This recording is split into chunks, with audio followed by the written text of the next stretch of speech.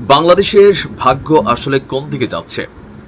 রাজনৈতিক দলগুলোর বাইরে ডক্টর মোহাম্মদ ইউনূসের উপর যখন এই জাতি আস্থা রেখেছিল, এনসিপি নামক রাজনৈতিক দলটার উপরে যখন জাতি আস্থা রেখেছিল, সমন্বয়ক শব্দগুলা যখন ফেরেশতার সাথে সমতুল্য ছিল, সেই শব্দগুলো, সেই দলগুলো, সেই ব্যক্তিগুলো হাতে গোনা দুইজন ক্যারেক্টার বাদ দিলে হাসনাত আব্দুল্লাহ এবং তাসনিম, যারা বাকি যারাই আছেন, হয়তো নিজে নয়তো তার সাথে চাঙ্গাপাঙ্গা, চেলা চেমুঙ্গা বিভিন্নভাবে বিতর্কিত হয়ে গেছেন। এখন এই দলটার উপর মানুষের আস্থা কতটুকু, বা এই ডক্টর মোহাম্মদ ইউনূসের কিংস পার্টির প্রতি আস্থা কতটুকু, বা ডক্টর মোহাম্মদ ইউনূসের প্রতি আস্থা কতটুকু, তবে আস্থাকে ফিরিয়ে আনার জন্য সর্বোচ্চ চেষ্টা করছে এনসিপি। আগামীকাল সারা বাংলাদেশে কি ঘটতে যাচ্ছে, দেশ জুড়ে এই মুহূর্তে নানান চিন্তা, যে আগামীকাল আসলে কি ঘটবে। কারণ একটা মূলা ঝুলিয়েছে এনসিপি। আমি মূলা বললাম এই কারণে, এ যাবৎকালীন এদের যতগুলো পদক্ষেপ, এদের যতগুলো কার্যক্রম, সবগুলো জিনিসই দিন শেষে ট্র্যাক হারিয়ে ফেলেছে। হয়তো তেমন কিছুই দেখবো নাকি আসলে পরিবর্তনের জন্য আসলেই কিছু আসতে যাচ্ছে। দর্শক, আগামীকালকে বাংলাদেশের জন্য একটি ঐতিহাসিক দিন হতে যাচ্ছে বলে জানিয়েছে জাতীয় নাগরিক পার্টি এনসিপি। আমরা ঐতিহাসিক দিন যেই কটা দেখি, যে 7ই মার্চ এটা একটা ঐতিহাসিক দিন, অথবা 25শে ডিসেম্বর, 16ই ডিসেম্বর, 25শে মার্চ, এরকম বিভিন্ন জাতীয় ঐতিহাসিক দিন আছে। নতুন কি দিন আসতে যাচ্ছে, আগামীকাল কি ঘটবে, বলা হচ্ছে বাংলাদেশের জন্য নতুন কিছু আসতে যাচ্ছে।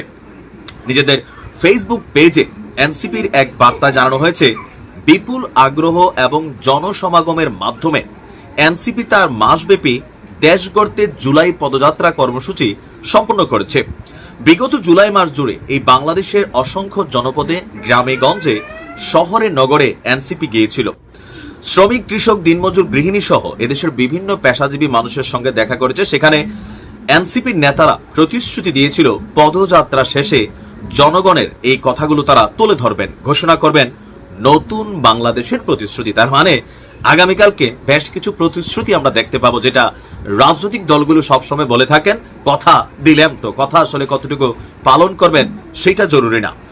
বলা হয়েছে যে 2024 সালের 3রা আগস্ট একটা ঐতিহাসিক মুহূর্ত ছিল। কেন?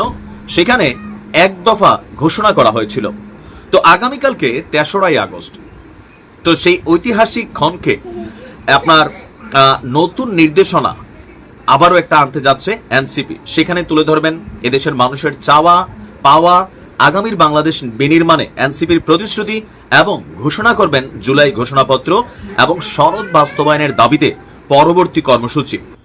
64 জেলা থেকে এনসিপির নেতাকর্মীরা আগামীকালকে ঢাকায় আপনার উপস্থিত থাকার জন্য আহ্বান জানানো হয়েছে। উপজেলার সমন্বয় কমিটিকে নিজ নিজ অঞ্চল তত্ত্বাবধায়কের সঙ্গে সমন্বয় করে এই ঐতিহাসিক প্রোগ্রামটিকে সফলভাবে বাস্তবায়ন করার নির্দেশনা দিয়েছেন। এখন প্রশ্ন হচ্ছে, আগামীকালকে উপস্থিতির পরিমাণ কি থাকবে? অতীতের মতন সরকারিভাবে কি তাদেরকে গাড়ি ঘোড়া সহযোগিতা করা হবে, অথবা এই মুহূর্তে সমন্বয়ক নামক অধিকাংশ চাঁদাবাজরা যেভাবে প্রকাশ্যে গোপনে বিভিন্ন জায়গা থেকে চাঁদাবাজি করছেন, এই প্রোগ্রামের জন্য আগামীকালকে বা আজকে থেকে নতুন করে আবার কি স্থানীয় ব্যবসায়ীদেরকে চাঁদা দিতে হবে? টাকা কোথায় পাবে? এই দলটির আয়ের উৎস কি? নানান প্রশ্ন তৈরি হয়েছে। একজন সমন্বয়ক একাই 2-4-20 কোটি টাকার মালিক হয়ে গেছে।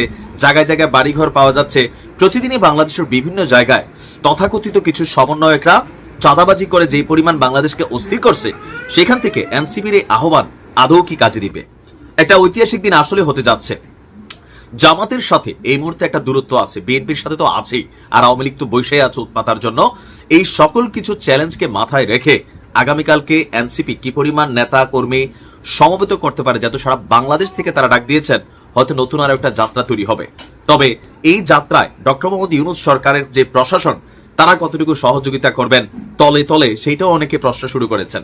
তবে আমি মনে করি এটা দরকার আছে নিজেদের ওজন বোঝার জন্য। এনসিপি যে কর্মকাণ্ড চালিয়েছে, আগামীকালকে হয়তো তারা ফলটা পেতে যাবে। তবে ফলের মধ্যে যদি ব্যাকআপ ফল থাকে, তাহলে সেই ফল কিন্তু কাজে দিবে না।